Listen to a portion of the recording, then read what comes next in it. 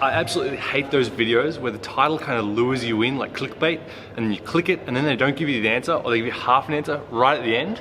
This is not one of those videos though.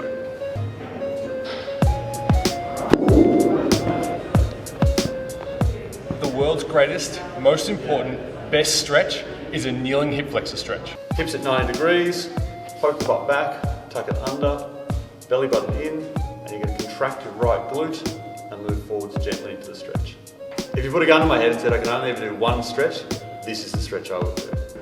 But it takes a bit of explaining as to why it's so important. Remember back to that video I posted about TFL? There's a little muscle here on the front corner of your hip. It flexes and internally rotates the femur, putting it into a valgus position. Consider it like the evil villain to your superhero duo of glute max and glute med. When I posted that video to Facebook, what I said in the comment was that if Bane was TFL, then the Joker would be the psoas. But that's not 100% correct. See, the psoas is kind of good, but also bad. It has a good side and an evil side.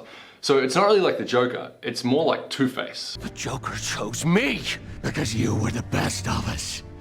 He wanted to prove that even someone as good as you could fall. And he was right. So first, a little bit of anatomy. Now, psoas is a bit of a tricky muscle to explain unless you've got a picture. And even better than a picture, a rotating GIF. Now, psoas kind of attaches to the front, so like the front side of your lumbar spine. It runs under your organs, across the top of your pelvis, and then attaches to the front of your hip bone. The cool thing about the psoas is its action and its function are very similar. They're both basically to flex the hip and bring it up to above 90 degrees. So back to the psoas being Two-Face. Fair enough. You first. The psoas has a good side, and for a full rundown on that, I recommend you go back and check out the videos I did on knee drive and arm action when it comes to sprinting. The idea is that posture drive, now you've got a body angle as well. No psoas, no knee drive, and no sprinting power. But now it's time for the bad news. Because we spend so much of our life in a seated position, that psoas basically lives its entire life shorter than it should. Over time, because muscle adapts to the environment you put it in, that muscle and the tendon will slowly shrink, shorten, and tighten up. Okay, now it's time to dig deep into the functional anatomy. Our muscles work in pairs or in couplings. So the bicep and the tricep, they kind of work in opposites. One flexes and one extends the elbow. But for that to happen, the body and the brain, the nervous system, has to coordinate that control. So while one is being turned on, the other is relaxing and kind of chilling out. If it didn't, if they both fired together, we'd be frozen solid, or the muscles would rip each other apart, with the strongest one always winning. This rule is called reciprocal inhibition. One muscle turns on, the other will switch off and relax in order to allow the movements to happen.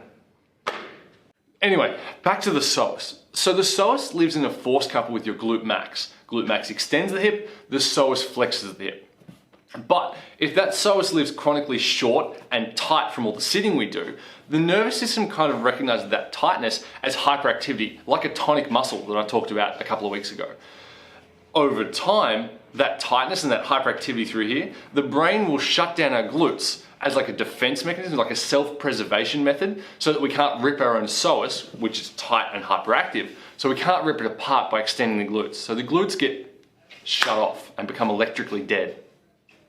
And so that's why this stretch, the kneeling hip flexor, is the world's most important. Remove that literal handbrake to your athletic power in your glute and your hip extension, and remove that reciprocal inhibition to allow your glutes to wake up, return your pelvis to a normal alignment, and switch that psoas off.